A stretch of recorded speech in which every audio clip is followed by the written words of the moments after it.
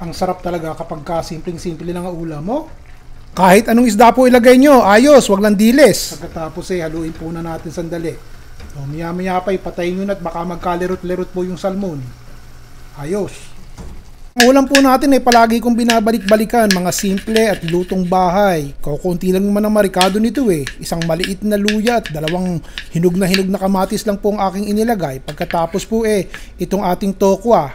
Lagi nyo pong iisipin, ang tokwa po ay pang salit-salit yan. Kalahati nga lang po ang ginamit ko, yung extra firm ang ginamit ko at hiniwa ko po ng kudra-kudrado. Tanggalin nyo po ang tubig. Isang katamtamang laki po ng sibuyas at kalahati lang naman po ang ilalagay natin at napakalaki. O ito po idadagdag natin. Ito po ang ating salmon steaks, 2 piraso. Nilagyan ko lang po ng konting asin, konting paminta at pinaliguan ko po ng 1 kutsarang cornstarch para po pagpiprito hindi naman tumilansik at manikit po sa ating kasirola o sa ating kawali. Isang katamtamang laki ng kawali at magpainit po tayo ng mga 4 na kutsara po ng mantika.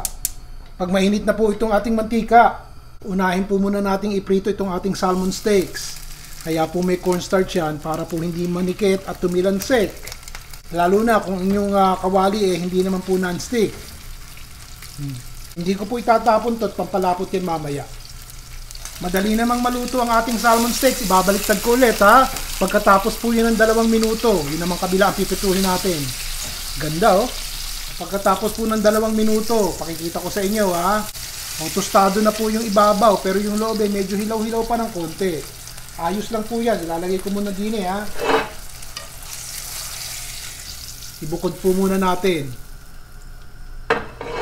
Hihinaan ko ng konti yung apoy at baka po masunog na yung tuluyan yung mantika Ilalagay ko na po itong ating tokwa. Ang ginawa ko po dun sa tokwa yung natirang cornstarch din sa ating pinagulungan ng salmon pinagulong ko rin yung tokwa. Nilagyan ko po ng konti pang cornstarch para po pag iprito hindi rin siya manilansik. Papapulain po natin yan. Halu-haluin natin ng konti at baka po manikit. Minsan kasi naninikit Ang lakas talagang kumain ng mantika ng tokwa So, depende na po sa inyo kung gusto niyo talagang tostahin o i-brown ang ating tokwa. Malasado lang po ang gagawin ko sa tokwa Hanguin ko na. Kung gusto niyo pong tostahin yung sa inyo, bahala po kayo.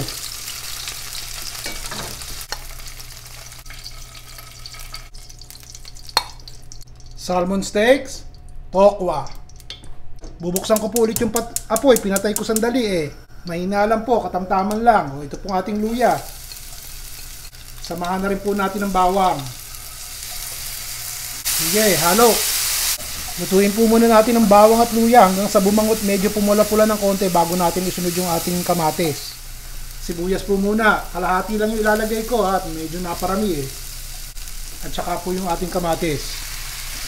Luray-lurayin nyo Talagang idiin nyo ng inyong syanse para po magka-lerot-lerot yung ating kamatis. Yung kamatis na ginamit ko, hinog na Kaya madali talaga magsabaw at malanta.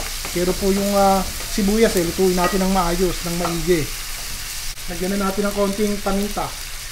Totoyoan ko na po. Kayo na po bahala sa pampaalat kung gaano karaming toyong ilagay nyo. Sa akin 2 kutsara lamang. Ang oyster sauce naman bahala din po kayo. 2 kutsara lang po ang nilagay ko. Haluin po natin yan. At nang malutot magkasama-sama. Bango Masabawan nga ng 1 tasang tubig. At itataas ko po yung apoy at pakukuluan natin. Tikman nyo muna kung sa pakiwari nyo po ayos na yung lasa at talagang lerot-lerot na itong ating mga sibuyas kamatis. Idagdag na po natin itong ating toko ang pinirito. Ayan, ganyan lamang. Bago po natin patayin, ilagay na po natin itong ating salmon steaks. Naku, gandang tingnan. Pandagdag talaga yung toko Kalahating subo ng salmon, 5 piraso ng toko ang pinirito natin. Bakit naman hindi? Ayos na ayos yan. Hihinaan ko na po yung apoy at yung malasado nating salmon malapit na rin pong maluto. Bahagya na lamang ang apoy. Lagyan nyo po ng sibuyas na mura o kaya naman kinchay para magandang tignan. Ang sarap talaga kapag simpleng-simple lang ang ulam mo. Kung gusto niyo pong ilagay itong ating cornstarch, yung natirang cornstarch, lagyan ng konting tubig at medyo lumapot-lapot po ang sabaw at maging mukhang sarsa, lagyan niyo po ng kaunti. Kayo na po ang dumiskarte niyan Nilagyan ko po ng konti, hindi ko nilagay lahat. Pagkatapos haluin po na natin sandali. Maya-maya pa ipatayin nyo na at baka magkalerot-lerot po yung salmon. Ayos. Laking bagay po nang nagagawa ng pritong tokwa sa anumang ulam na lulutuin natin dahil ito'y pangsalit-salit eh. Isang subo ng salmon, 2 subo ng tokwa. Kahit anong pong isda ang ilagay nyo ayos pa rin. Basta ang mahalaga, masarap, bagong luto, mainit. Ito po ang salmon na may kasamang tokwa. Ano, nagustuhan nyo po ba? Basta wag nyo pong titigilan ang kalalagay ng comment dito sa baba. At yung po'y binabasa ko, kadalasan sa inyo po ako kumukuha ng idea kung ano ang aking lulutuin sa susunod. Si Ron Bilaro po.